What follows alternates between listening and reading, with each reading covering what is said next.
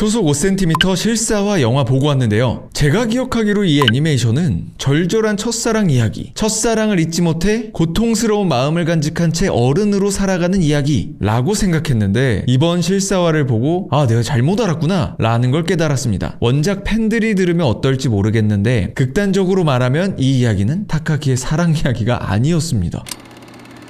안녕하세요. 곰곰이 생각해보면 재밌는 영화 곰텐트의 곰PD입니다. 너의 이름은 날씨의 아이 등으로 유명한 일본의 거장 애니메이션 감독이죠. 신카이 마코토 감독의 초속 5cm가 이번에 실사화 영화로 개봉했습니다. 총 3부로 이루어진 1시간짜리 이 단편 애니메이션 모은집 극장판이라고 해야 될까요? 이 영화와 달리 이번에는 2시간 분량의 실사화 영화로 재탄생했습니다. 이게 1시간 분량의 이야기를 2시간으로 바꾸면서 이야기에 있었던 공백과 여백을 채운 느낌도 있는데 이야기의 순서라던가 구성도 많이 바뀌었어요. 그래서 대다수가 가장 사랑하는 원작의 일부 벚꽃 이야기가 엄청 뒤에 마지막 부분에 등장하는 걸로 바뀌었는데요. 이게 가장 임팩트 있던 일부였기 때문에 원작 팬들 입장에서는 뭐야 이거 왜 안 나와 하면서 실망스러운 마음으로 기다렸을 수도 있는데 저는 이렇게 구성 바뀐 게 결론적으로는 가장 좋았습니다. 감독은 사진작가 출신의 91년생으로 이 굉장히 젊은 감독인 오쿠야마 요시우키가 맡았는데요. 사진작가답게 이 감독이 빛을 너무 잘 다뤘어요. 이번에 빛의 마술사라고 신카이 마코토 감독이 부르는데 이걸 어떻게 잘 구현할 거냐 했는데 이 구현도와 재해석이 너무 좋습니다. 그리고 신카이 마코토 감독이 결과물을 너무너무 만족했다고 합니다. 근데 모두가 그러시겠지만 일본 만화 애니 실사화하면 일단 불안하고 의심부터 해요. 저도 그러는데 근데 이번에는 너무너무 좀 만족스러운 실사였다고 생각이 들고 이 원작에서 충격적으로 아름다운 장면들이 있잖아요. 로켓이 쏘아지는 그 시골의 장면이라던가 대합실에서 아카리를 탁 만나는 그 순간의 임팩트, 폭설에 움직이지 못하는 이 기차의 이미지라던가 만발한 벚나무, 이런 것들이 원작에서 보면은 딱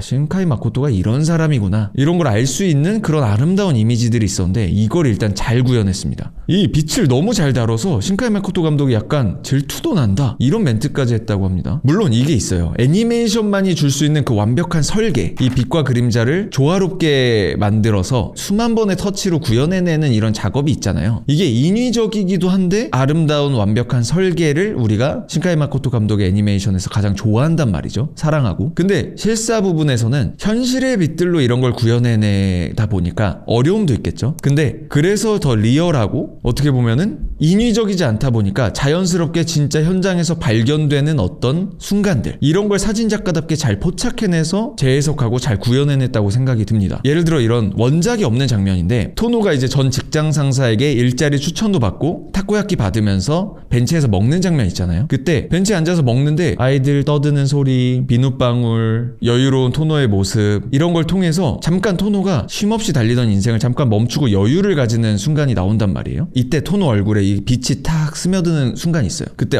이거는 원작처럼 빛에 대한 활용도 되게 잘 하면서 원작이 없던 장면인데 너무 분위기를 잘 이어받아서 잘 넣었다. 그리고 주제의식과 너무 잘 맞는다. 이런 생각이 들더라고요. 그래서 거기서도 이 감독님에 대한 신뢰도가 생기면서 작품을 쭉 이어볼 수 있게 하는 그런 장면이었습니다. 원작을 리스펙하면서도 원작의 공백을 원작자를 대신해서 혹은 초월한 부분까지도 있게 잘 채워버린 그런 원작 실사화의 모범 사례라고 생각이 듭니다. 제가 원작을 기억하기로는 엄청 가슴 아프게 절절한 첫사랑을 결국 이루지 못해 안타까운 이야기. 하지만 마지막엔 그럼에도 웃으면서 앞으로 나아가는 토노의 이야기 정도로 알고 있었는데 그래서 어떻게 보면 새드 엔딩에 좀 더 가까운? 근데 이 부분에서는 저를 포함한 원작 팬들 중에 다수가 느끼는 것과 신카이 마코토 감독의 연출 의도가 불일치했었어요. 원작 팬들은 이렇게 이루어지지 못한 첫사랑의 아픔, 아쉬움, 안타까움 이런 정서에 좀 더 초점을 맞춰서 작품 감상을 했다면 감독은 늘 누구에게나 있을 수 있는 근데 좀 더 절절하고 아픈 첫사랑일 뿐, 그리고 연출 애니메이션을 통해서 아름답게 그려진 거다. 소울메이트, 정말 일생에 절대 잃으면 안 되는 특별한 사랑이어서 그게 안 됐고 그런 새드 엔딩이고 이런 건 아니다. 두 사람이 만났어도 언젠가 헤어졌을 수도 있고 그런 어떻게 보면 일반적인 사랑일 수 있다. 이렇게 어필했단 말이죠. 근데 이 말이 어떤 부분에서는 잘 이해가 안 갔는데 이번 작품을 통해 저는 완벽하게 이해가 갔습니다. 이 초속 5cm라는 이야기는 요약하면 어린 시절에 소중한 무언가를 잃은 채 어른이 되어 방황하는 토노가 결국 옛 소중한 기억 중 하나를 떠올리며 이제 돌아보지 않고 앞으로 나아갈 수 있게 되는 이야기. 그러니까 첫사랑이 전부인 그런 이야기가 아니었던 거죠. 이게 엄청 큰 부분을 차지하고 있지만, 그래서 대표적으로 구성상 원작과 달리 이 일부 벚꽃 이야기의 내용이 영화 후반부로 미뤄졌다고 생각이 들고, 이 이야기는 그래서 현재의 뭔가를 잃은, 그게 어떤 우주에 대한 관심, 열정, 꿈, 그리고 호기심 어린 자신의 어린 시절, 뭐 이런 것들을 잃어버린 토노가 초반에 나오면서 아, 이건 우리들의 그런 이야기야 라고 영화가 말한단 말이죠. 이 토노가 잃은 무언가는 그래서 다양한 것 같아요. 이거를 어린 시절을 우리가 잃어버린 소중한 무언가 라고 할 수 있고, 이게 첫사랑이기도 하고, 그 시절 첫사랑을 하는 나의 순수한 모습이기도 하고, 어릴 적 꾼 우주비행사라는 꿈, 혹은 그 과학에 대한 호기심, 열정, 그리고 말하지 못한 어떤 말과 행동, 지키지 못한 약속, 뭐 이런 모든 것들인 것 같아요. 이걸 잃은 토노인 거죠, 현재의 토노는. 근데 이 중요한 걸 언제부터 잃어버리기 시작했냐? 이거는 어쩌면 아카리를 잃은 때부터 잃기 시작했다. 그러니까 그때부터 토노는 어딘지 모를 곳을 향해 가고 있었던 거예요. 그녀를 지키고 싶고 만나고 싶고, 그런 마음을 바탕으로 강해지고 싶고 성장하고 싶다는 욕망은 강하게 생겼고, 근데 이때부터 어딘지 모를 곳을 향해 계속 달려가고 바라보고 있게 된 것 같아요. 실제로 원작에서 이런 나레이션이 있단 말이죠. 편지를 잃어버린 걸 아카리에게 말하지 않았다. 세상이 전부 변해버린 것 같은 기분이 들었다. 그러니까 이게 편지를 잃어버린 건 아카리를 잃어버린 것 같고, 그리고 어린 시절에 더 이상 나의 순수한 호기심이라던가 열정이라던가 그 꿈 넘치는 내 모습들이 조금씩 이뤄져 가고 있다는 거를 이 편지를 잃어버린 토노를 통해서 좀 보여주는 게 아닌가? 그래서 세상이 전부 변해버린 것 같은 기분이 들었다. 어떻게 보면 약간 어른이 된 걸 수도 있고, 더 이상 어린 토노가 아닌 거야. 그래서 이 나레이션의 의미를 한 번 더 이제 알겠더라고. 그리고 이런 말이에요. 그녀를 지킬 만큼 강해지기를 바라면서 창밖을 본다. 뭐 이런 나레이션이 나오는데, 그러니까 이 창밖이 어딘지도 몰라. 그리고 강해지는 게 뭔지도 몰라. 근데 그렇게 되고 싶은 거야. 소중한 무언가를 잃고 나아간 사람인데 언제 어디서 길을 잃었는지, 어딜 가야 하는지 이런 것도 몰라. 근데 가야 돼. 이런 걸 또 이제 점점 잘 보여주는 모습들이 있는데, 토노가 이사를 갑니다, 가고시마로. 근데 여기서 이제 관역을 보면서 화를 쏘는 토노가 나온다거나, 스미다랑 이제 시골길을 걷는데 로켓을 보는 쓸쓸한 토노의 뒷모습이 나온다거나. 그러니까 이게 원작에서 볼 때는 전 아카리를 그리워하는 은유라 생각했어요. 뭔가 이 땅에 있고 나는 스미다를 보지 않고 다른 사람들, 친구들과 어울리지 않고 계속 로켓의 어떤 궤적을 바라본다거나, 관역을 보고 화를 쏜다거나, 뭔가 다른 거에 집중한다거나, 계속 핸드폰을 한다거나, 이게 아카리를 그리워하고 아카리에 가고 싶고 떠나고 싶은 어떤 은유라고 생각했는데 그게 아닌 것 같더라고, 이번 영화를 보면서. 그러니까 토노가 그 스미다랑 함께 기차로 날아진 로켓 보면서 막 설렘을 안고 지켜보는 표정도 나와요. 그거는 어떤 내 꿈과 과학에 대한 호기심, 어린 시절에 그런 것들이 아직 남아있는 그런 표정의 토노인 거고, 토노는 그런 아카리에 대한 것보다는 그런 어떤 꿈,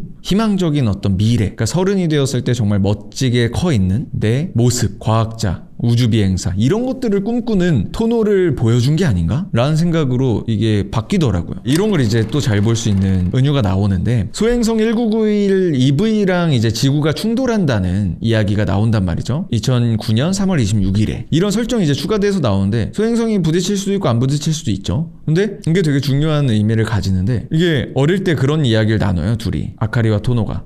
난 분명 서른이 되면 멋진 어른이 되었을 거야 라고 생각하면서 이 아카리와 대화를 나눈단 말이죠. 근데 이 시점이 하필 소행성이 지구에 충돌해서 멸망할 거라고 예측되기도 하는 2009년 3월 26일인 거예요. 그래서 이때 벚나무를 보면서 어떤 이야기를 하냐면, 이때 만나기로 약속을 하고, 그때 내가 멋진 어른이 아니라면 난 지구가 멸망해도 좋아. 그러니까 이거는 순수한 어떤 모습을 보여주는 거기도 한데, 정말 자신에 대한 어떤 희망적인 미래를 간절히 그리는 거잖아요. 그러니까 자의식이 엄청 센 걸 수도 있고, 그러니까 내가 멋진 어른이 아니면 지구가 멸망해도 좋아 까지 생각하는 거야. 그러니까 이걸 보니까 토노가 왜 지금 그렇게 힘든지 알겠는 거야. 토노는 지금 자신의 모습이 어린 시절 자기가 그렸던, 꿈꿨던 모습이 아닌 거고, 그러니까 그러면 지구가 멸망해도 좋아까지 생각했던 토노인데 본인의 현재 모습이 너무 힘든 거예요. 그러니까 더 초조해지고 더 달려가야 되고 잡담할 시간도 없는 거야, 동료들아. 그리고 서점에서 현 여자친구인 미즈노의 책 고르는 것도 기다려줄 여유도 없는 거야. 정말 초조한 어른이 된 거고, 지금 뭐 돈을 못 버는 것도 아니고 여자친구 없는 것도 아닌데 어딘지 모를 고통과 힘듦 속에서 사는 거죠. 그러니까 어린 시절 나와 왜 이렇게 난 달라졌지? 뭘 잃어버렸지? 이런 생각이 들고, 그래서 이 소행성이 충돌한다고 했던 그 날에 이제 번남을 찾아가죠. 약속을 지키러. 근데 그게 약속을 지킨다기보다 이후에 관장님과 잡담을 통해 나오는 말처럼 그 시절을 그냥 이야기하고 싶었던 거예요. 제 생각에는 토노가 그 어릴 때 희망찼던 어린 소년이 어디 갔는지 너무 궁금한데 그 시절을 기억하는 아카리에게 그런 걸 물어보고 싶었던 것 같아. 그리고 어쩌면 그 시절을 추억하고 회상하고 어린 시절의 나를 한번 찾아서 만나고 싶었던 것 같아요. 그걸 아는 건 아카리밖에 없으니까. 그래서 이게 어떤 첫사랑을 지금까지도 잊지 못해서 그 첫사랑과 다시 잘해보고 낙관적인 미래를 위해서 가는 건 아닌 거지. 그러니까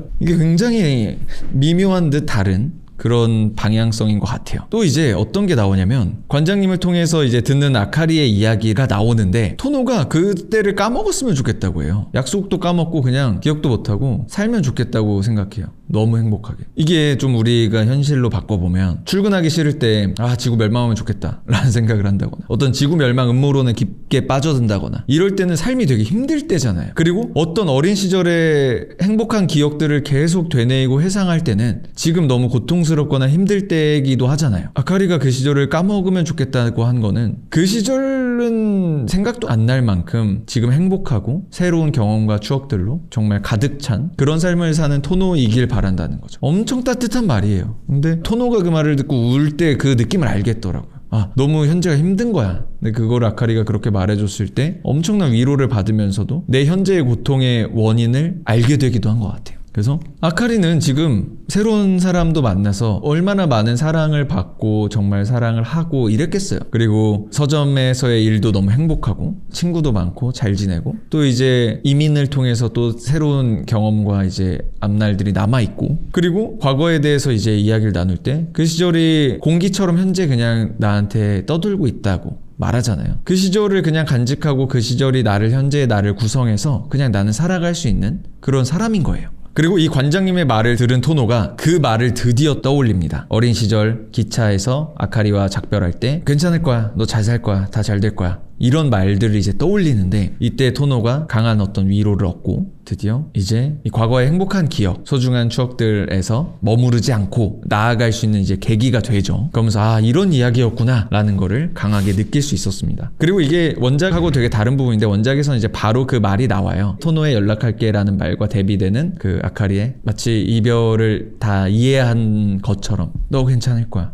라는 그 멘트가 실사에서는 바로 안 나오고 시간차를 두고 공개되는데 이 점이 되게 연출적인 부분에서 극대화되면서 저는 좋은 측면도 있었던 것 같습니다. 그리고 보이저호를 통해서도 이게 한 번 더 은유가 이제 보강되는데 보이저호는 1, 2호로 되어 있단 말이에요. 그리고 이게 아카리와 타카키의 은유라고 생각이 드는데 두 보이저호는 이제 각자의 궤도를 가고 돌아오거나 만나지 않아요. 그러니까 어떤 목적을 안고 나아가는 다시는 돌아오질 않을 우주선들, 이게 아카리와 타카키가 각자의 인생을 사는 걸 은유하고 있다고 보고 이게 과거에 뭔가를 두고 왔을 수도 있고 잃어버렸을 수도 있는데 돌아오지 않는다는 거죠. 찾을 기회도 없어요. 그리고 결국 그 끝에 보이저호가 나아가서 외계 행성, 외계인을 못 만날 수도 있지만 간단 말이죠. 그런 부분에서 이제 마지막에 이런 은유를 통해 이 이야기가 이제 완성되는 느낌을 전 받았습니다. 그래서 이 이야기를 현실에서 이제 아카리와 타카키의 어떤 모습으로 보여주냐면 기찻길에서 보여주죠. 그러니까 그 타카키와 아카리가 기찻길에서 만나서 서로 돌아보거든요. 근데 이제 아카리는 기차가 다 지나갔을 때 모습은 보이지 않아요. 그죠? 그리고 타카키는 잠시 머문 다음에 웃으면서 돌아서 자기의 길을 갑니다. 어쩌면 우리 모두 잠시 멈춰서 과거 행복했던 그 순간들을 떠올리고 추억하기도 하잖아요. 그럴 뿐 결국에는 자신의 길을 걸으면서 나아간단 말이죠. 그리고 이 미소가 결국에 타카키의 마음이 치유되어서 나아갈 수 있다는 어떤 해피엔딩에 더 가까운 결말인 거죠. 그리고 이 마지막에서 이제 어떻게 보면 흩날리는 이제 벚꽃들이 더 아름답게 이제 보여지면서 영화가 끝이 납니다. 아카리와 타카키는 탐구심이 넘치던 아이들이었어요. 그러니까 보이저호 골든디스크에 대해 막 냉소적으로 막 이야기하던 아이들과 달리 호기심을 가지고 책을 읽는다거나 벚꽃이 떨어지는 속도를 혼자 생각해내서 뭐 초속 5cm라고 해 라고 말한 아카리의 모습이나 이제 아카리의 이름의 의미를 뭐 빛나는 것으로 유추해서 둘이 대화를 나누고 뭐 서로의 빛이 되어주는 그런 모습들이라거나 이런 소재들은 두 아이의 꿈이나 어떤 탐구심, 어린 시절 소중한 것들을 모두 의미하는 것 같아요. 또 이 벚꽃이 떨어지는 속도는 빠르다면 빠르지만 하지만 흩날리듯 천천히 떨어진다고 느끼는 게 더 큰데 보이저우가 서서히 점점 멀어지듯이 뭔가 이 속도로 우리가 눈치채지 못한 채 우리는 어린 시절로부터 그 시절 추억으로부터 또는 가까운 친구로부터 서서히 멀어지는 걸 잘 보여주는 것 같아요. 그리고 참 이 벚꽃이 떨어지는 걸 보면서도 아카리와 타카키가 참 다르게 볼 것 같은 게 이 떨어지는 순간을 잘 감상하고 즐기면 되는데 그걸로 행복을 느끼면 되는데 아카리는 그런 걸 느낄 수 있는 사람 같고 타카키는 그런 거를 아쉽게도 계속 못 느껴왔던 것 같아요. 그죠? 뭔가 그 스미다와 같이 좋은 시절을 보냈던 가고시마에서도 너무 아름다운 곳이잖아요. 근데 이제 도쿄로 갈 것만 생각하면서 지낸다거나 그 걷는 길들이 너무 아름답고 청춘의 한 장면 같은데 그거를 타카키는 잘 즐기지 못하는 것 같아. 마치 벚꽃이 떨어진 순간을 즐기지 못하는 것처럼. 그래서 그 로켓이 올라가는 장면이나 그런 것들이 너무 아름다운데 그 현재를 보내면서 어떻게 보면 그런 걸 놓친 게 아닐까? 그러니까 어린 시절을 크게 잃어버린 아카리와의 이별 이후에 그뿐만 아니라 계속해서 그런 순간들을 악순환으로 놓치면서 사는 거야. 그러니까 그렇게 타카키가 어린 시절들을 보내서 현재 많은 것들을 잃은 어른이 된 거 아닌가라는 생각도 들고 이 벚꽃 떨어지는 장면이 참 더 슬프게 느껴지기도 하더라고요. 그래서 저는 이 영화를 되게 재밌게 봤지만 좀 아쉬운 부분들도 있었는데요. 마지막에 어떻게 보면 관장님과의 대화를 통해서 그 타카키의 감정을 이제 다 이랬구나 알게 된다거나 그리고 아카리와의 이 비대면 어떤 소통이 되는 부분이라던가 이런 것들이 참 친절하고 좋기도 했는데 이런 것들을 너무 구구절절 설명해준 느낌도 있다 이런 생각이 들더라고요. 이런 것들은 어떻게 보면은 관객들만 알게끔 잘 연출되고 충분히 이해하고 넘어갈 수도 있는데 두 사람이 이제 이건 만난 것도 아니고 안 만난 것도 아니고 좀 애매할 수 있지 않을까? 그런 생각도 들었습니다. 이거의 연장선에서 왜냐면 두 사람이 계속 만날 듯 아닐 듯 그 엇갈리는 연출이 들어가요. 근데 이런 것들이 약간 뭐야 결국에 이제 만나는 거 아니야? 라는 생각이 드는 연출처럼 흘러간단 말이죠. 그래서 이 이야기는 근데 오히려 두 사람이 아예 그런 뭐랄까 만남의 여지가 없는 식의 이야기로 쭉 끌고 가던가 아니면 뭔가 이런 관객들에게 쪼는 맛을 주기 위해 이런 걸 넣은 게 좀 굳이 필요한 연출이었을까? 이런 생각이 들더라고요. 자, 그래서 이쯤 되면 또 떠오르는 영화가 있죠. 룩백. 룩백도 이제 고레에다 히로카즈 감독님의 실사화를 앞두고 있는데 이 작품도 이 초속 5cm 때문인지 저는 더더욱 기대가 됩니다. 자, 또 다른 실사화 영화 또는 최신 영화 리뷰로 돌아오겠습니다. 감사합니다. 곰피디였습니다.